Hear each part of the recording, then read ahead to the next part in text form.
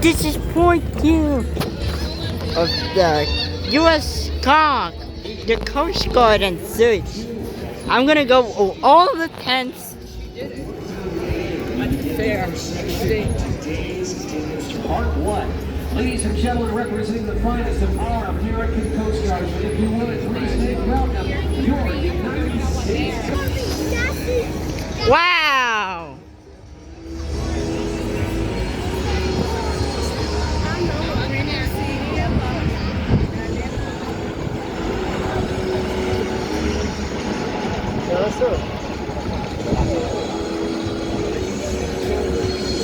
We will now work our way around and position these helicopters into a hover just a few feet above the water in front of us.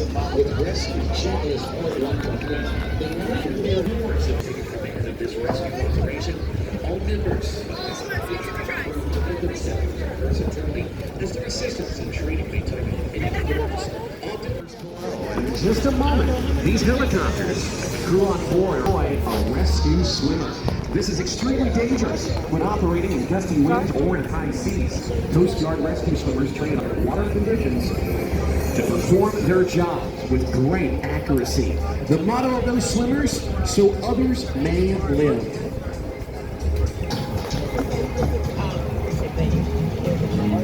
Wow.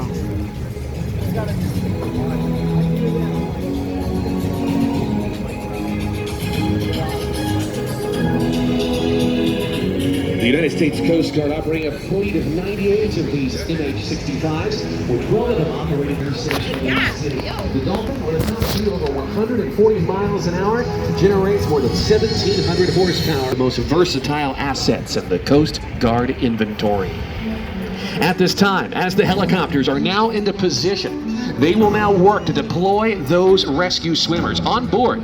He or she, in a normal rescue scenario, will make a decision on how a survivor or someone in need will be recovered via one of 3 ways. The first and safest option is to place the survivor into a rescue basket for retrieval.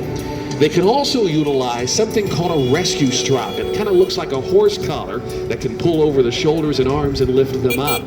If it is indeed a military aviator, the rescue hoist that we're going to see demonstrated in just a few moments can be connected directly to the aviator's flight harness, which is also worn by the swimmer. This is called a military aviator double pickup, or MADPOO for short. And finally, if the survivor is injured and unable to be maneuvered into that rescue basket, a litter may be implemented for retrieval. As our situation unfolds, the swimmer is able to identify that our simulated survivors are in good health, wearing their life preservers. Nationally, 8 out of 10 boaters who drown in U.S. waters were not wearing their life preservers, and countless boaters could be saved if they wore the proper flotation devices.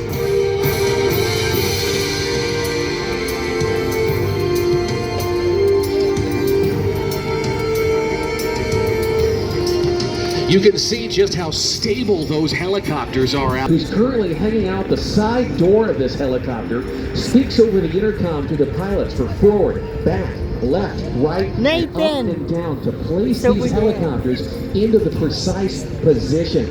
They want to spend as little time as possible over the survivors in the water due to that very harsh downwash of that Dauphin's 39-foot 2-inch rotor blades overhead. Let's take a look now as they work their way down even closer to the water and the surface environment, and we will see the deployment of those swimmers very, very soon.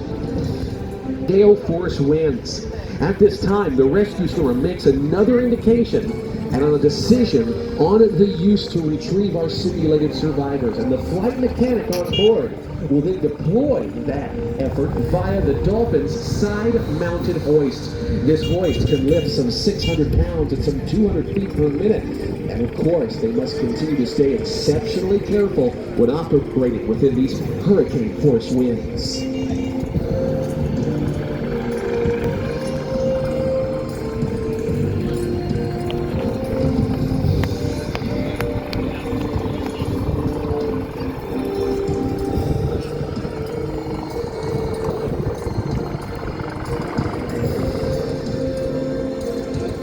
Dolphin crews, just like the ones that we're seeing demonstrated here for us today.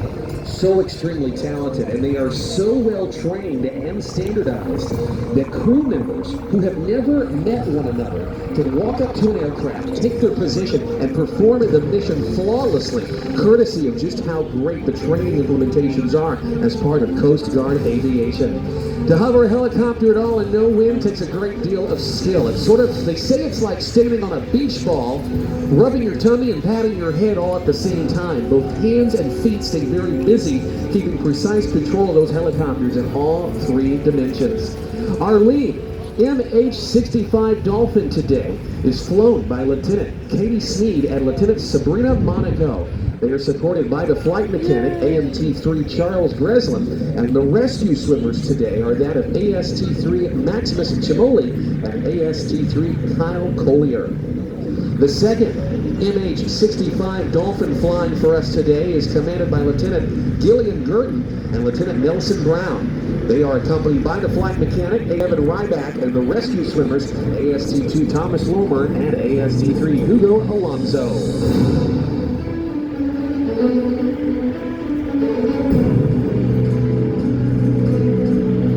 10 lives, assist 117 in distress.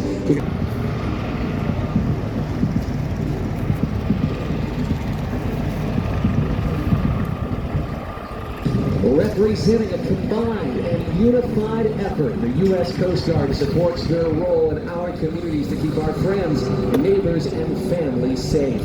Right alongside the Army, the Navy, the Air Force, the Marine Corps, and now the Space Force, this is the 5th branch of your United States military. They are a component of the Department of Homeland Security and remain out there ready to defend our inland and coastal waters.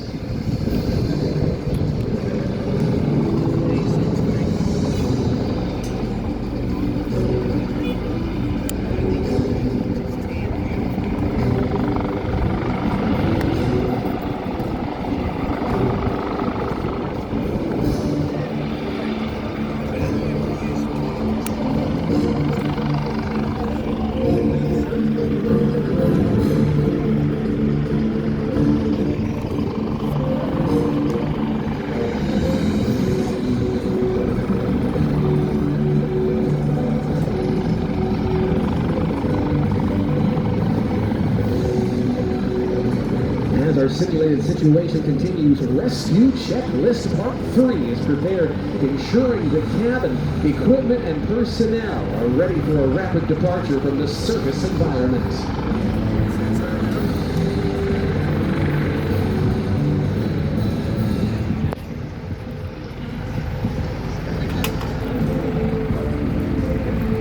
If the swimmer or the helicopter were to lose sight of one another, could happen in the daytime or certainly at night, there is to relocate those individuals, and it is often the result of the use of a strobe light or a pyrotechnic flare.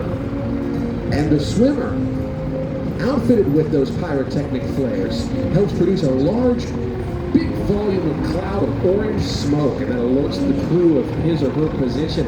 And at night, that same pyro could be used to put off a bright flame that could be visible by the helicopter. Coast Guard Air Station Atlantic City covers one of the busiest search and rescue zones on the eastern seaboard, covering the entirety of the Jersey Shore corridor.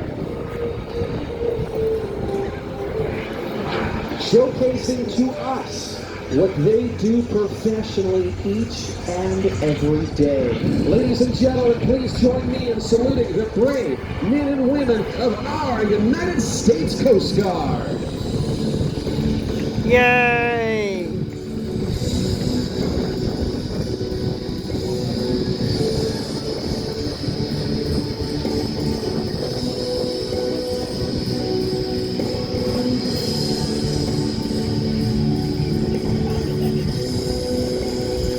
This concludes today's Coast Guard search and rescue demonstration on behalf of the men and women of Coast Guard Air Station Atlantic City. Commander Commanding Officer Captain M. Scott Austin. They are most honored to serve you and thank you for your support. If you're interested in finding out more about the opportunities to serve in your United States Coast Guard, please visit their recruiters on site here today or visit them online at gocoastguard.com. Representing the 5th branch of our United States military, let's give it up for the Coast Guard. Yay!